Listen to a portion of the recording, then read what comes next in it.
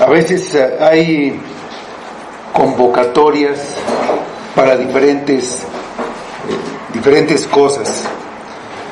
Hay convocatoria, por ejemplo, para la entrada a la universidad, sale en el periódico, y es un llamado para que los que estén interesados en entrar a la universidad vayan a hacer un examen, se les convoca para este concurso que se hace y entren así a la universidad. Y así hay otras clases de convocatorias o de llamados. Aquí entre nosotros, en nuestro país, a veces se hace un llamado por medio de una campana para que la gente acuda a un evento religioso. Y entre nosotros es común que se diga que son las llamadas a misa y el que quiere va y el que no quiere no va. Pero hay llamados o hay convocatorias que son sumamente importantes, que no se pueden pasar por alto. Son convocatorias o llamados que no pueden simplemente ignorarse, exigen una respuesta. Y vamos a ver este llamado, el más importante que puede haber para un ser humano. Vamos al Evangelio de Marcos, capítulo 1.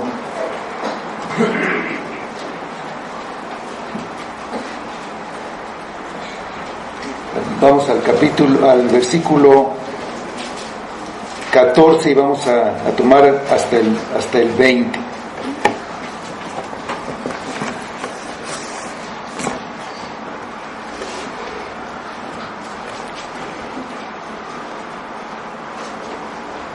Después que Juan fue encarcelado, Jesús vino a Galilea predicando el evangelio del reino de Dios, diciendo: el tiempo se ha cumplido y el reino de Dios se ha acercado. Arrepentíos y creed en el evangelio. Andando junto al mar de Galilea, vio a Simón y a Andrés, su hermano, que echaban la red en el mar porque eran pescadores. Y les dijo Jesús: venid en pos de mí y haré que seáis pescadores de hombres. Y dejando luego sus redes, le siguieron. Pasando de allí un poco más adelante, vio a Jacobo, hijo de Zebedeo, y a Juan, su hermano, también ellos en la barca, que remendaban las redes, y luego los llamó, y dejando a su padre Zebedeo en la barca con los jornaleros, le siguieron. Hasta aquí la lectura de la palabra. Vamos a orar.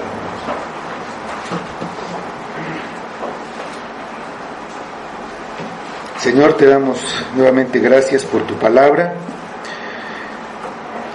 y sabemos que aquí podemos ver y encontrar a Jesucristo, que podemos conocerlo, sobre todo su vida en estos libros de los evangelios. Y te pedimos, Señor, tu misericordia, que nos des el entendimiento, la sabiduría, para que podamos ver a Cristo, que no permanezcamos ciegos, con los ojos nublados, que no podamos ver a nuestro Dios caminando junto a nosotros,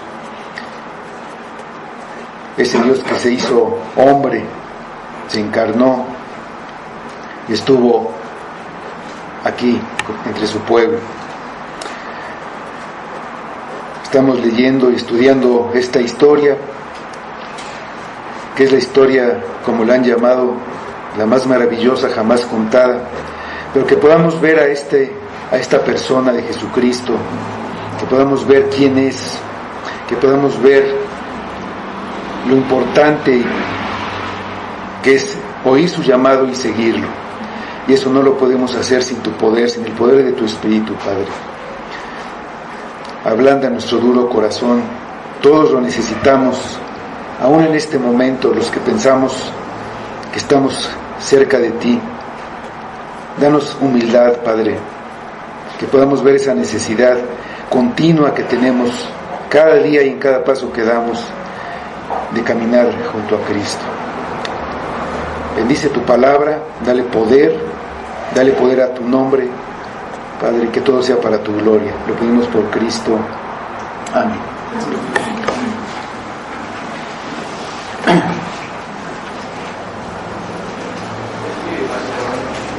El Evangelio de Marcos avanza rápidamente hacia su objetivo, que es mostrar a un rey que voluntariamente se hace siervo para salvar a su pueblo. Aunque este Evangelio de Marcos es un libro histórico y todo lo que narra es rigurosamente cierto, vemos que Marcos no se detiene en los detalles, sino que va directamente a los hechos que son relevantes para mostrar primero la autoridad y el poder de este rey que está contando la historia, este rey que vino, y después la obra de salvación que este rey hace a favor de su pueblo. El Evangelio, como vimos las semanas pasadas, inicia con el cumplimiento de las profecías de un mensajero que viene antes del rey, su heraldo. Lo identifica con Juan el Bautista. Era el que anunciaba a su Señor y preparaba el camino para él, predicando la necesidad de una limpieza y arrepentimiento del pecado. Él usaba un símbolo de una limpieza con agua, preparando al pueblo para una limpieza del corazón que solamente podía hacer el que era más poderoso que él, una limpieza del pecado que iba a ser por medio del Espíritu Santo. Era lo que tendría que hacer el rey que vendría después de él. Como es característico del libro, la acción es constante. El rey aparece en el lugar donde estaba su mensajero y es bautizado. Sin hacer pausa, dice Marcos, luego el Espíritu lo impulsó al desierto. Dice que fue tentado y los ángeles le servían. Él usa las palabras luego, después, inmediatamente, enseguida, muy frecuentemente. Pasa de un episodio a otro sin dar los pormenores que podemos encontrar en los otros evangelios.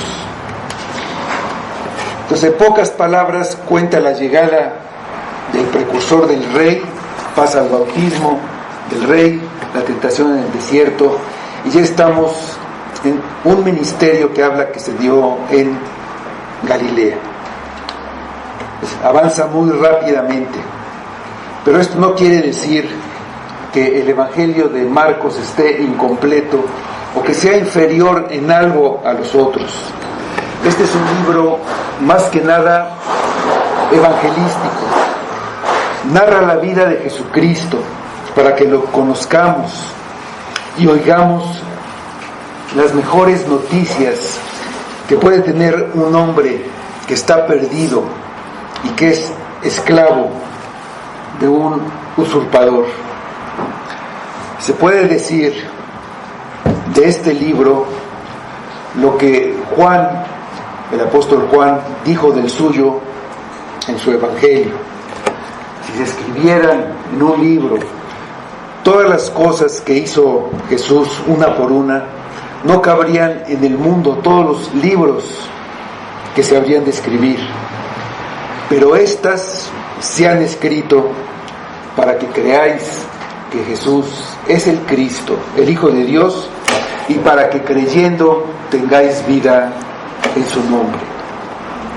Eso dijo Juan, pero es aplicable a este libro de Marcos. Entonces empezamos en el versículo 14, en nuestro pasaje, dice: después que Juan fue encarcelado, Jesús vino a Galilea predicando el evangelio del reino de Dios. O sea, aquí tenemos el inicio del ministerio de Jesús en Galilea. Y Marcos hace notar que fue después de que Juan el Bautista fue encarcelado y que Jesús fue a Galilea. O sea, hay una conexión entre el encarcelamiento de Juan y la predicación de Jesús en Galilea. Desde que Jesús fue bautizado, pasó un tiempo para que Juan fuera encarcelado. Para que podamos entender lo que pasó, pues es necesario conocer los antecedentes. Herodes el Grande era rey de Judea. Él era idumeo, eso quiere decir que era de Edom, era un, edomita o idumeo, que por maniobras políticas logró que los romanos, que habían conquistado y dominaron todo el territorio que estaba pues rodeando el mar Mediterráneo, lo que ellos llamaban el mar nuestro, el mar Mediterráneo, que abarcaba Europa, Asia y África, todo eso enmarca el mar Mediterráneo, era el imperio romano. Logró que lo nombraran a Herodes el Grande como gobernante o rey de Palestina, que es una región que abarca lo que era Judea y varios países vecinos de Judea, países que no eran judíos. Este rey Herodes el Grande fue el que trató de matar a Jesús cuando era niño. Cuando murió este rey, el emperador romano dio la mitad de lo que era su reino a uno de sus hijos de Herodes, que se llamaba Arquelao. Él tomó esa parte de Judea y la otra mitad la dividió entre otros dos hijos de Herodes el Grande. Uno era Felipe y el otro también se llamaba Herodes, pero era Herodes Antipas. Cada uno de ellos gobernaban con el título de tetrarca, que quiere decir gobernador de la cuarta parte, pero se les conocía de manera popular como rey. Es muy común decir el rey Herodes. Entonces Herodes Antipas gobernaba el territorio de la tetrarca de Galilea y Perea, dice la escritura. Galilea se encuentra al norte y Perea al sur de Galilea, y al este de Jordán, del río Jordán, que era la frontera con Judea. El ministerio de Juan el Bautista se dio en el territorio de Perea, y Herodes Antipas lo encarceló porque lo acusaba, lo perseguía, lo confrontaba por haberse casado con Herodías, que había sido esposa de su hermano Felipe y que además era sobrina de Herodes. Era un matrimonio incestuoso y de todas maneras ilegal. Y Juan le advertía que la relación era ilícita y se ganó el odio sobre todo de la esposa de Herodes, que se llamaba Herodías. Después del bautismo de Jesús, él y Juan el Bautista tienen un ministerio que se traslapa en el tiempo. Juan durante ese tiempo señalaba a Cristo, les decía a sus discípulos: he aquí el Cordero de Dios.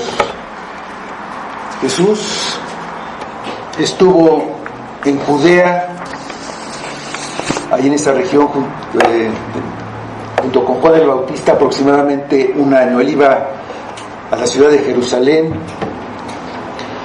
pero fue a Galilea, a una ciudad que se llama Caná, donde fue la famosa boda de Caná, donde hizo su primer milagro.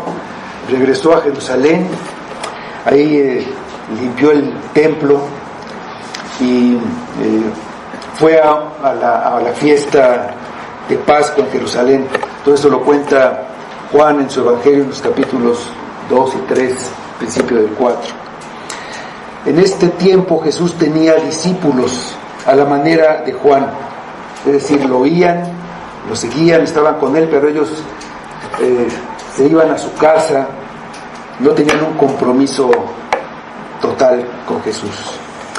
Marcos quiere resaltar que una vez que Jesús está en escena, el papel del precursor, el que tenía como principal misión anunciar al rey, pues ya no era necesario. Juan, como precursor, tenía que preparar el camino. Juan fue llevado a prisión y después fue llevado a la muerte, anunciando de esta manera la traición, entrega y muerte de Jesús. Nos dice que Juan fue encarcelado y por ahora no da ningún detalle, pero lo va a hacer más adelante. Pero nos hace notar que Jesús regresa a Galilea. El Evangelio de Juan nos dice la razón por la que Jesús se fue a Galilea. Él no quería entrar en conflicto con las autoridades religiosas de ese momento, con los fariseos, porque todavía no era el tiempo apropiado para eso. Vamos a leer Juan capítulo 4, versículos 1 a 3, donde vemos esta razón de que Jesús se haya ido a Galilea. Dice: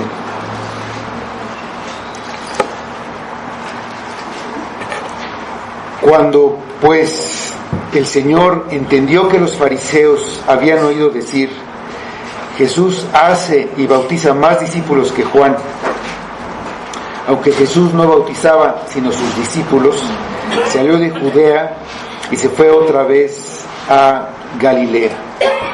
Aquí estos discípulos eran, por así decirlo, seguidores de Jesús, todavía no como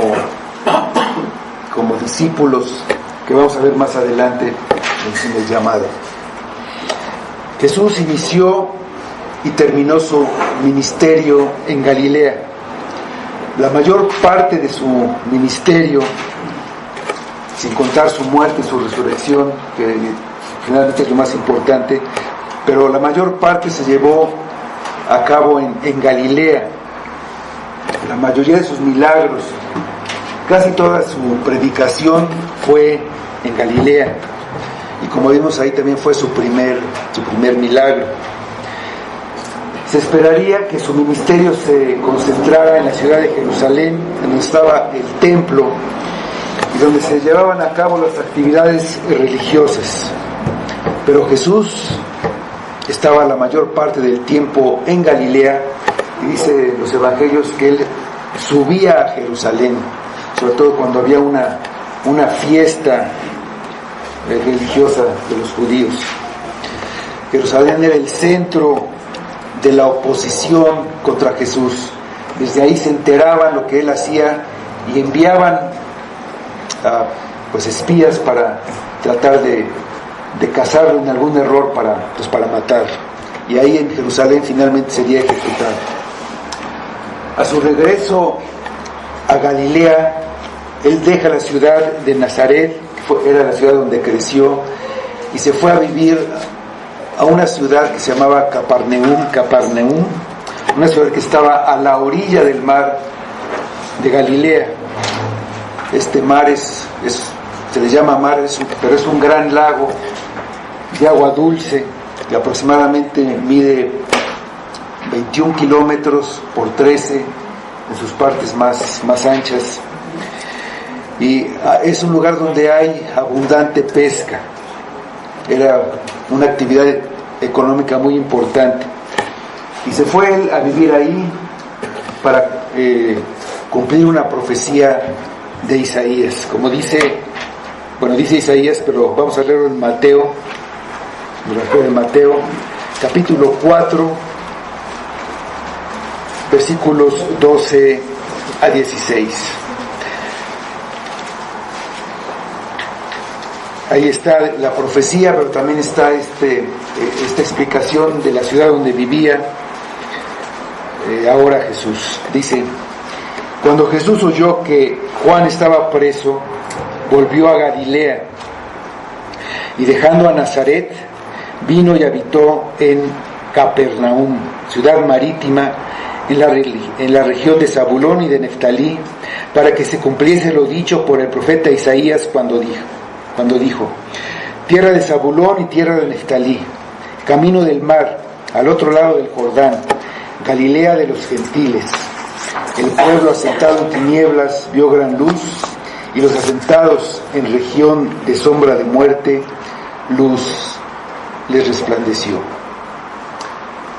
La preparación para la obra que Dios le había encomendado había terminado. El inicio fue su bautismo, en el que confirmó su decisión de llevar sobre él el pecado de su pueblo. Así había demostrado que él era digno y también que era capaz cuando derrotó a Satanás en el desierto, y vino a Galilea predicando el evangelio del reino de Dios, es decir, proclamando las buenas noticias de salvación para los hombres como un don gratuito de parte de Dios. Él era el único camino de salvación, fuera del cual todo hombre está eternamente perdido. Con su mensajero encarcelado, ahora el rey en persona continúa proclamando las buenas noticias que el heraldo no podía dar. Donde va, ahí Galilea, es también territorio gobernado por el rey Herodes, el que había silenciado al profeta, pero nada iba a impedir que la palabra de Dios fuera anunciada. La predicación de Jesús iba a encontrar fuerte oposición. Todos los religiosos judíos influían en la gente común, y la gente en general no esperaba que algo bueno, ni siquiera que un profeta, pudiera salir de Galilea. Las buenas noticias que predicaba era la llegada del reino de Dios. Es un anuncio generoso. Deja saber a los hombres que han aceptado el gobierno de un rey enemigo, que viven en ese reino, que han aceptado sus leyes y se han acogido a su protección, que Dios está dispuesto a aceptar en su reino a esos rebeldes, esos pecadores arrepentidos que crean en las noticias que les está dando. Los israelitas, en su rebelión, rechazaron el reinado de Dios y quisieron un rey como tenían las otras naciones que los rodeaban. Pero la promesa del reino de Dios y de la salvación siempre estuvieron presentes. El reino que anuncia Jesús es un reino diferente a todos los reinos que ha habido y a todos los reinos que habrá. Desde la caída del hombre, todos los reinos se han regido por los principios y las normas del diablo: el egoísmo, el orgullo, el lucro, el dominio por la fuerza, la violencia y el temor. Los ejércitos llegaban para matar y saquear y conquistar a las otras naciones. Cuando se levantaba un nuevo imperio, los hombres temblaban. Pero el reino que se acercaba era un reino que traía la paz y la reconciliación con el rey que regresaba a su trono, que había sido usurpado, ofreciendo libertad sobre el tirano que los tenía sometidos y el perdón para los hombres que se arrepintieran. El reino de Dios es el gobierno de Dios, sin importar el territorio en donde ese gobierno se ejerce. Es un reino que vive en el corazón de los hombres. No es un reino de este mundo. Entonces Él fue a Galilea y hace un llamado general, un llamado para todos. Dice el versículo 15: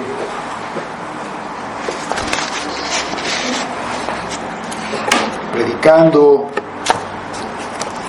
el reino de Dios, diciendo: el tiempo se ha cumplido y el reino de Dios se ha acercado. Arrepentíos y creed en el Evangelio.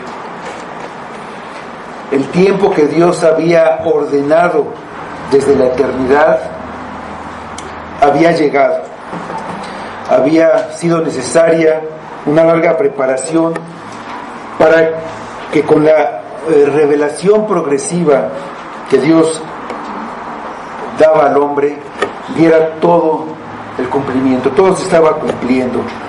Todo convergía en un punto de la historia, donde había un imperio, donde había un idioma en el que se podían comunicar y conocer las noticias. Todas las profecías, cada promesa se estaban cumpliendo en este tiempo, y además también en ese tiempo ya se podía entender todo el propósito de los sacrificios y de la ley. Dice la carta de los Gálatas, capítulo 4, versículos 4 y 5.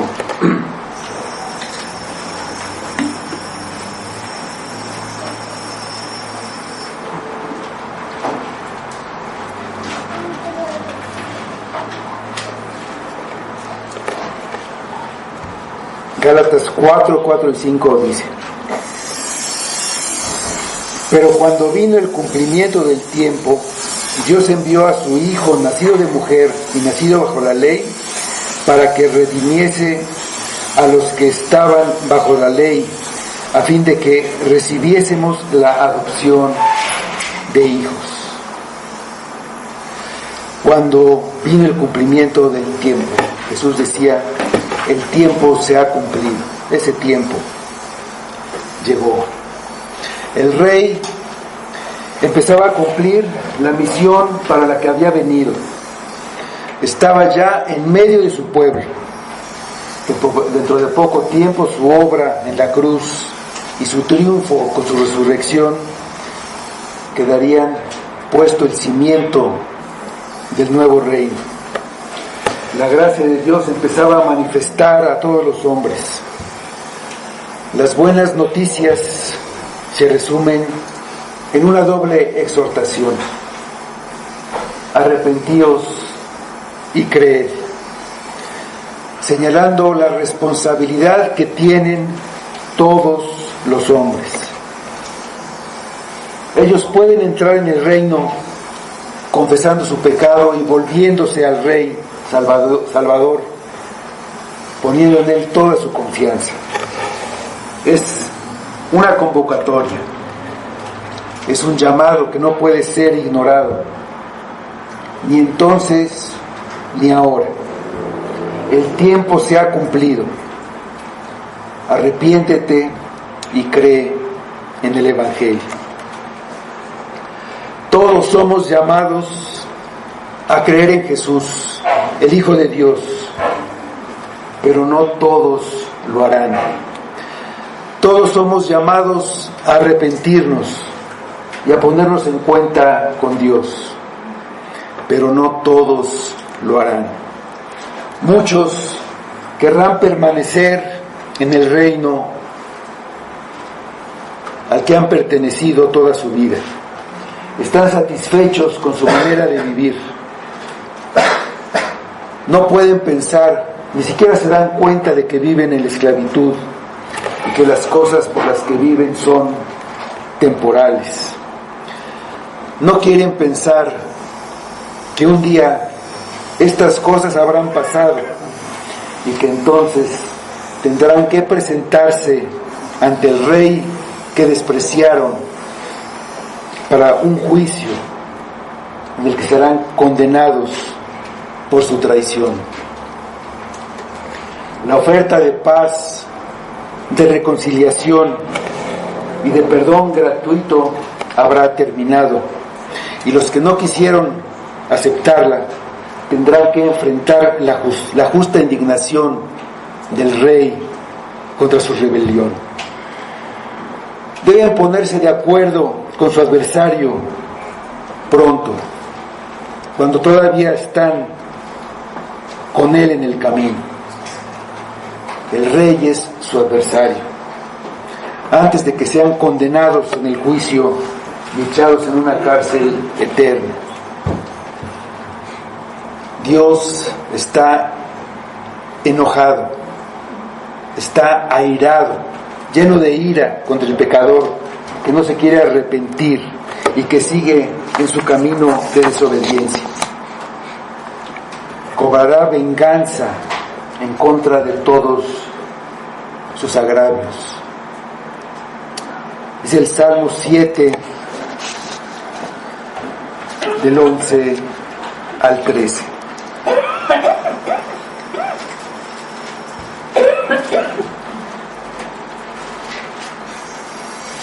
Dios es juez justo y Dios está airado contra el impío todos los días. Si no se arrepiente, Él afilará su espada. Armado tiene ya su arco y lo ha preparado. Asimismo ha preparado armas de muerte y ha labrado saetas ardientes. No muchas veces oímos hablar de la venganza de Dios, pero Él dice: mía es la venganza, yo daré el pago. La ira de Dios viene sobre los hijos de desobediencia y Él se vengará de sus enemigos. Nosotros vemos la venganza como algo negativo. La venganza siempre es algo para lo que se guardó rencor y va uno a tomar desquite. Pero la venganza de Dios no es como la venganza del hombre caído. Su celo por la santidad y la justicia es lo que motiva en su venganza. Él es compasivo y clemente, lento para la ira y grande en misericordia, pero además es justo y castigará al impío para limpiar su nombre y para hacer justicia entre sus criaturas. Vamos a Deuteronomio 32, versículos 39 a 43.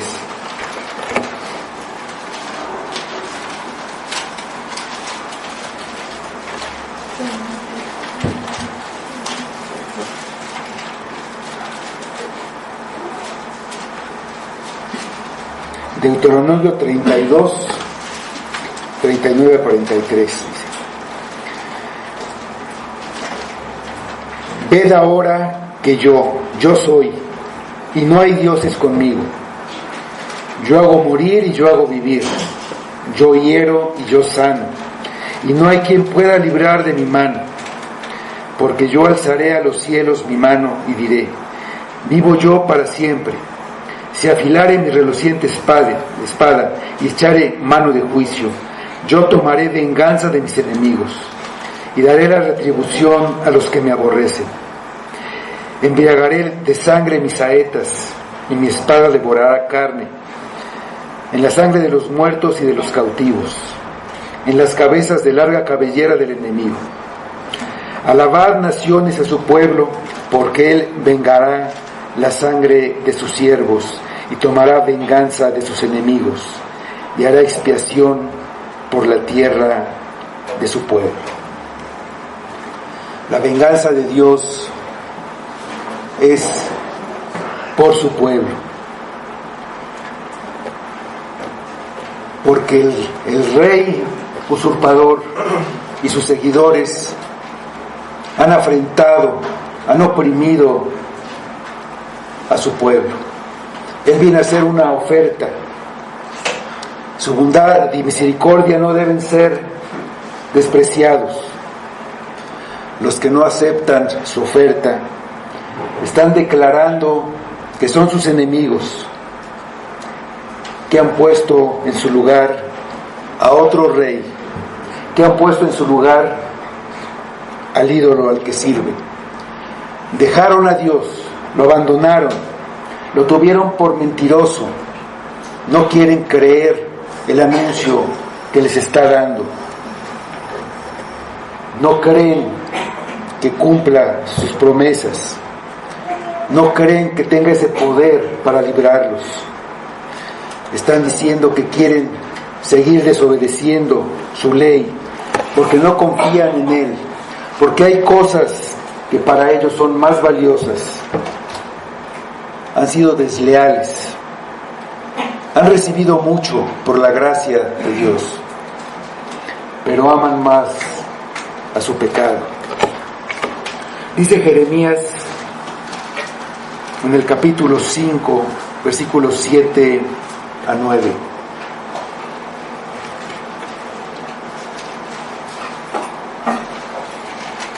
Jeremías 5, 7 a 9 dice: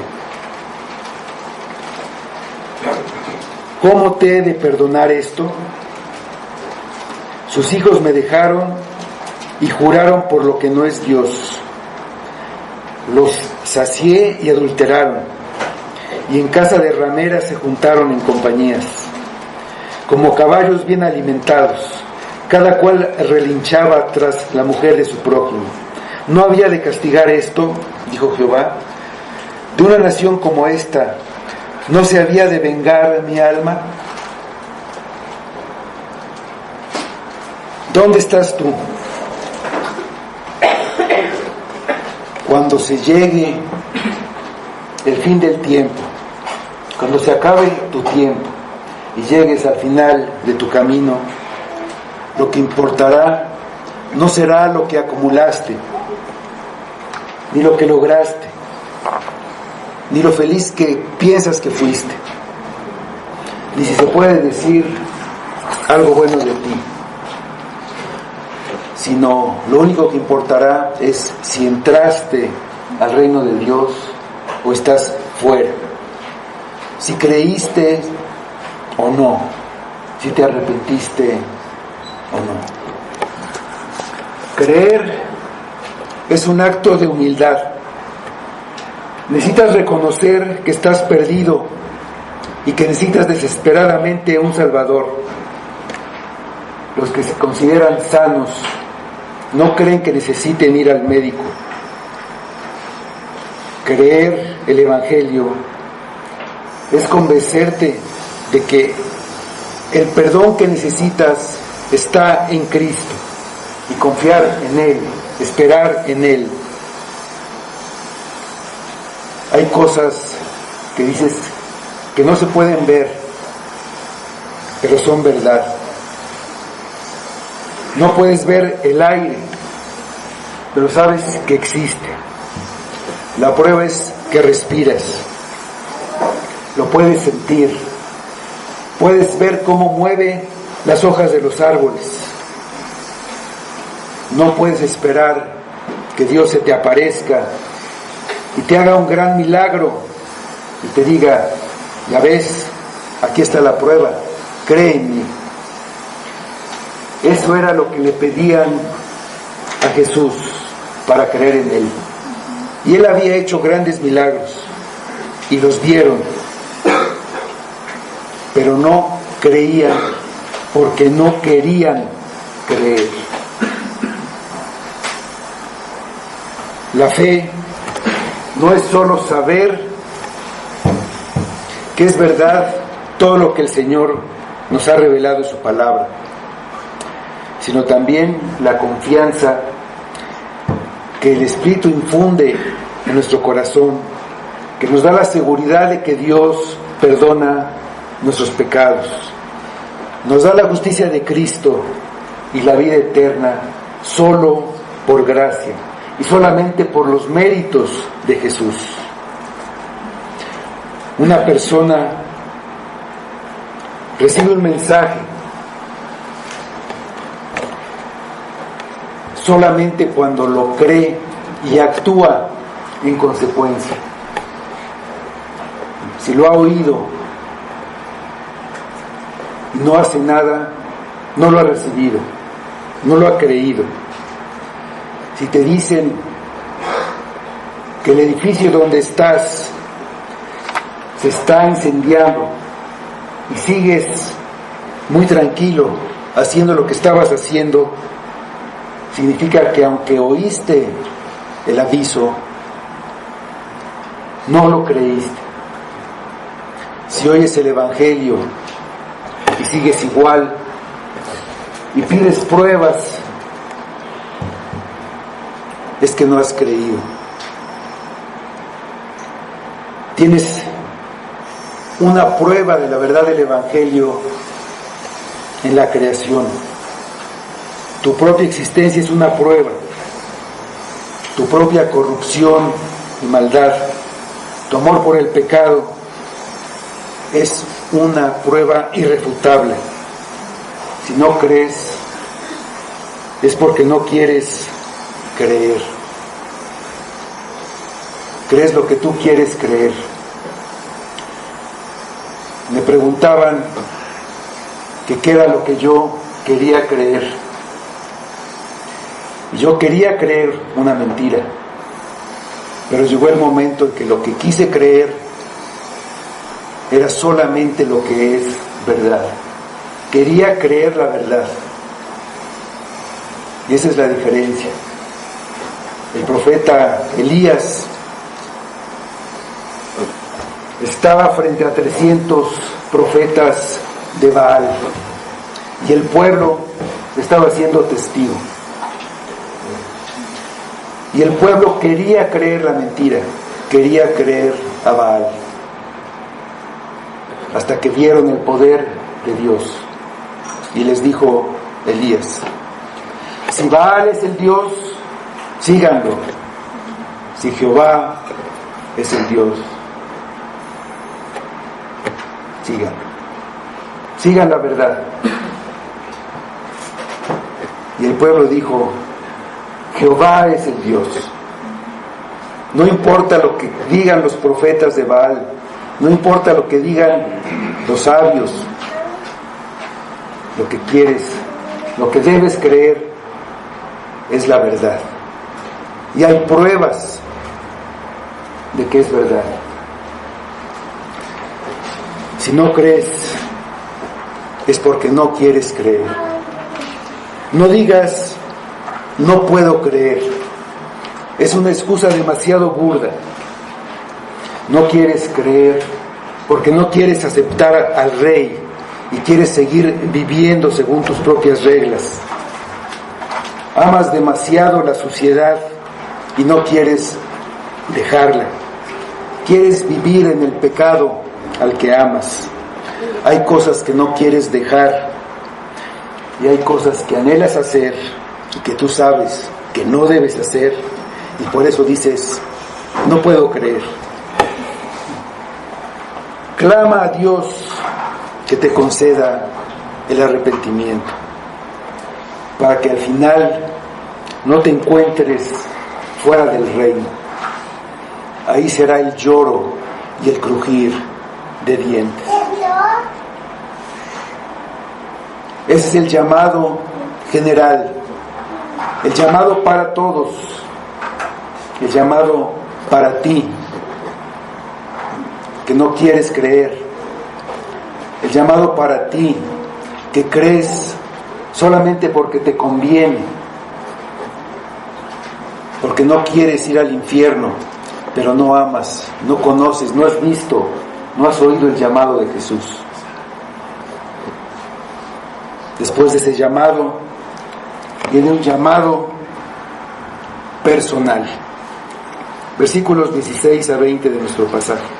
Dice: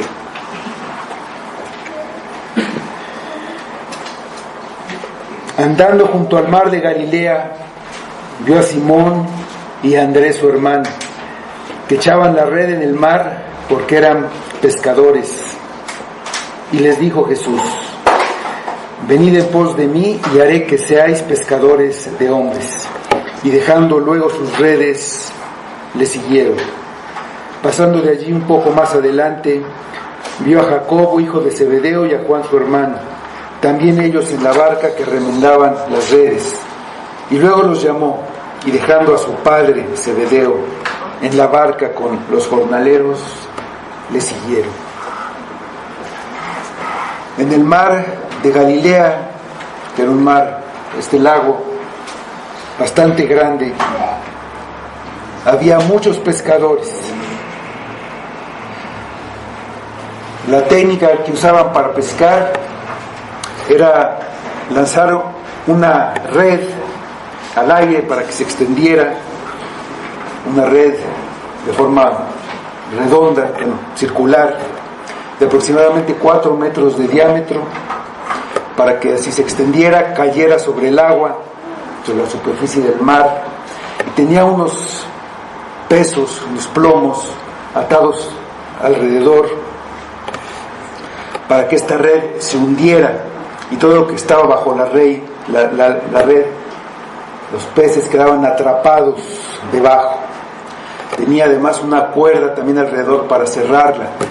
Y después de que la echaban, los pescadores se tiraban al mar, jalaban la cuerda, se cerraba, quedaba como una bolsa, la jalaban hacia la barca y recogían los peces y se los llevaban a la orilla para venderlos, para comer. Caminando Jesús junto al mar, vio a 2 hermanos que estaban pescando. Él ya los conocía, eran estos seguidores de Jesús.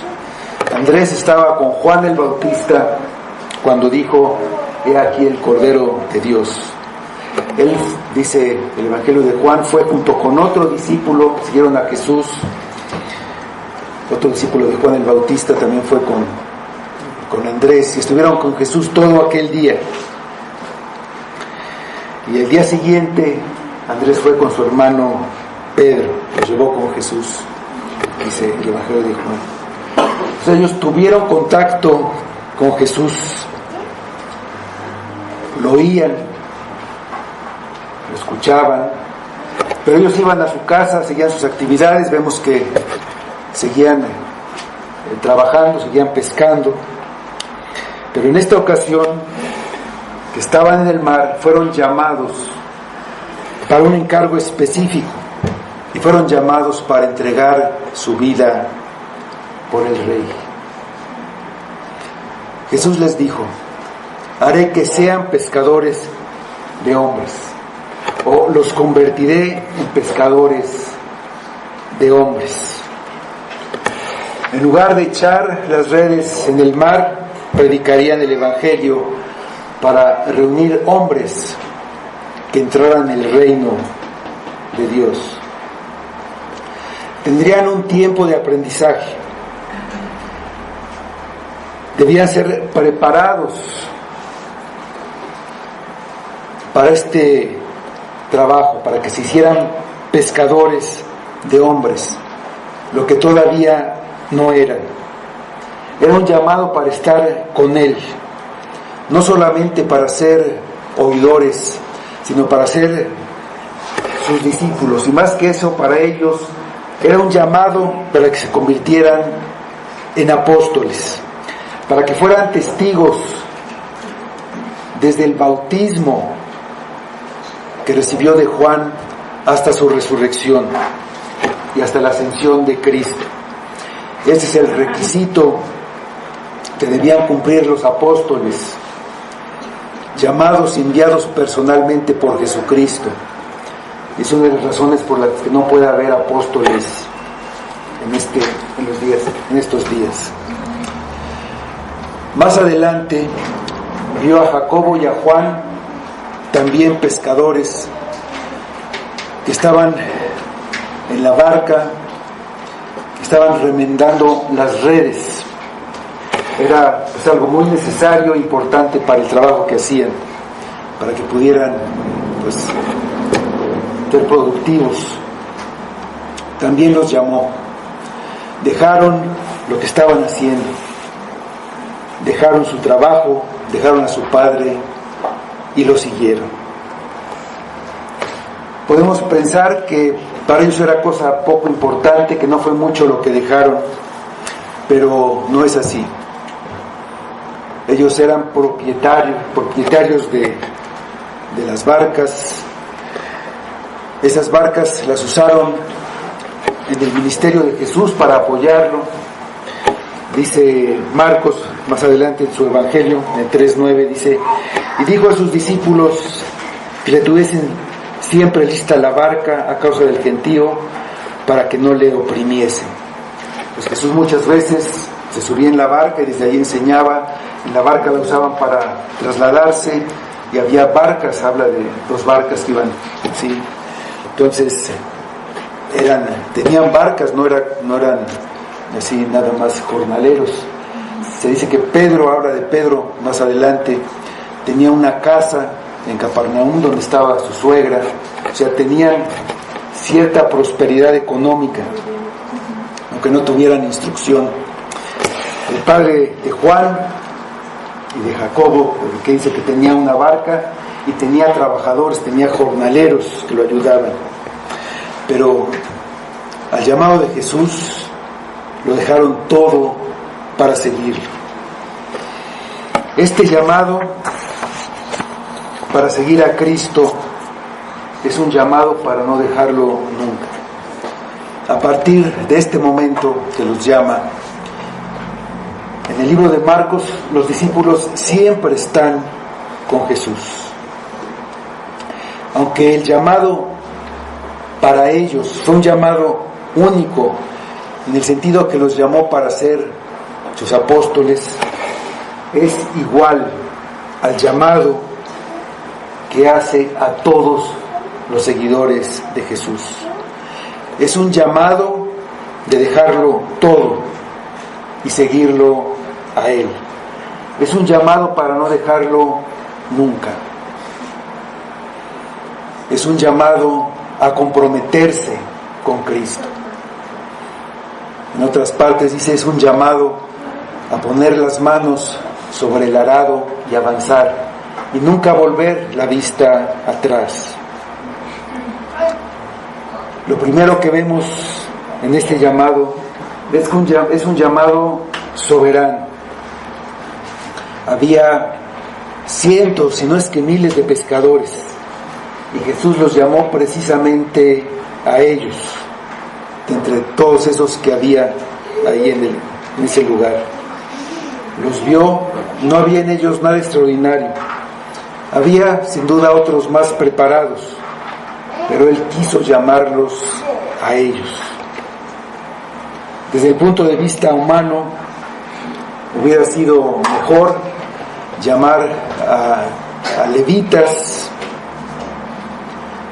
que estaban en el templo, educados y preparados en el servicio del templo, que conocían la ley, conocían los profetas, pero escogió a estos que no entendían, a estos que les faltaría fe, que dudarían, a estos que lo negarían, y hasta escogería a otro que lo traicionaría. Los escogió no para que fueran expertos académicos, teólogos, sino para que fueran sus testigos. Y ese es también el llamado para todos los que oyen la voz de Cristo. Un llamado que requiere un compromiso de seguirlo incondicionalmente. En particular, estos hombres que llamó como apóstoles serían instrumentos para que el Evangelio de Jesucristo fuera proclamado. Su testimonio no puede ser ignorado fácilmente. Ellos fueron testigos de eventos extraordinarios y su trabajo fue proclamar aquello de lo que fueron testigos.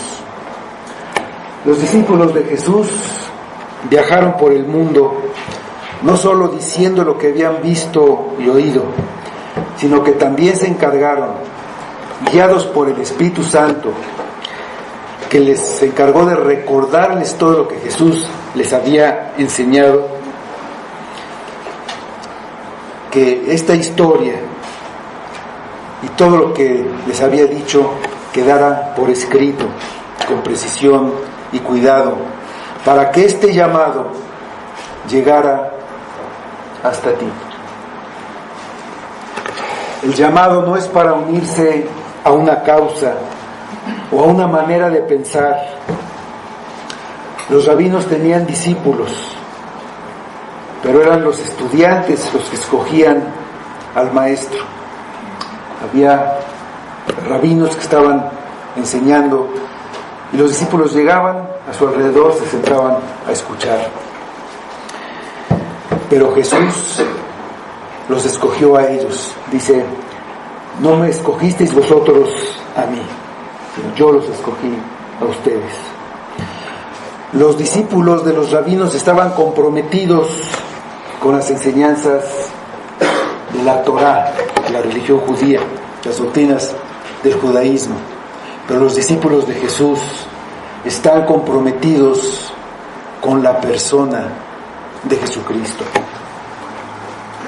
El hecho de que Jesús llamara a estos discípulos y que en este día llame a otros, no quiere decir que ellos no tengan libertad para elegir su respuesta. Pensemos en la reacción del joven rico que cuando Jesús le dijo: ven y sígueme, y cómo él, afligido por esta palabra, se fue triste porque tenía muchas posesiones, dice el Evangelio de Marcos. Muchos oyen el llamado y se van tristes porque tienen algo que para ellos es más valioso, o se van alegres porque van a poder continuar pecando. Otro detalle en el que debemos pensar es en la duración de este llamado. Los discípulos de Jesús están llamados para ser sus discípulos siempre. Es un llamado para toda la vida. Es una diferencia importante con los rabinos de las escuelas judías en su tiempo. Llegaba el día en que sus estudiantes eran ordenados como rabinos y ellos se independizaban de su maestro. El que es llamado por Cristo lo es para siempre, lo sigue para siempre y perseverará hasta el fin. Los 4 que se mencionan en este pasaje escuchan el llamado de Jesús y dejan todo lo que es importante en sus vidas para seguir a Jesús. Eso debe hacer todo el que recibe el llamado de Cristo. Todo el que oye el mensaje del Evangelio lo recibe y lo cree. Y hay un costo para seguir a Cristo. Hay que dejar todo. Todo lo demás deja de ser importante y hasta aborrecible comparado con Cristo. Dice el Evangelio de Lucas, capítulo 14, versículos 26 y 27.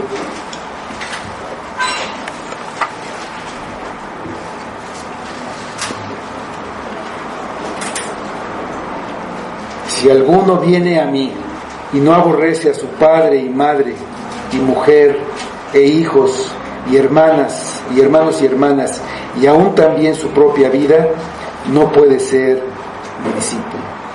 Y el que no lleva su cruz y viene en pos de mí, no puede ser mi discípulo. Un creyente está llamado a honrar a su padre y a su madre y a amar a sus enemigos. Pero comparando estos afectos con el amor a Cristo, el de Cristo es tan grande que los otros son como si fueran aborrecimiento. Es algo comparativo. Seguir a Cristo tiene un costo que solo pagan los que son llamados por Él y lo ven como Él es.